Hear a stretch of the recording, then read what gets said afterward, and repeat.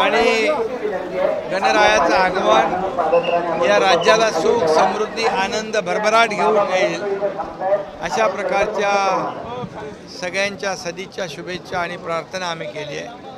शेतकऱ्यांवरचं अरिष्ट दूर हो, संकट दूर हो, चांगला पाऊस पडतोय, चांगली शेती होऊ द्या आणि काही ठिकाणी अतिवृष्टी झाली आहे त्याच्या मागे शेतकऱ्याच्या मागे सरकार उभं राहणार आणि एकंदरीत गणेशोत्सवाचा आनंद सगळे मोठ्या उत्साहात साजरा करतात। अगदी देशाच्या बाहेर देखील आपले जे गणेश भक्त आहेत ते नोकरी व्यवसायानिमित्त गेले तिथेही गणेशोत्सव साजरा करतात।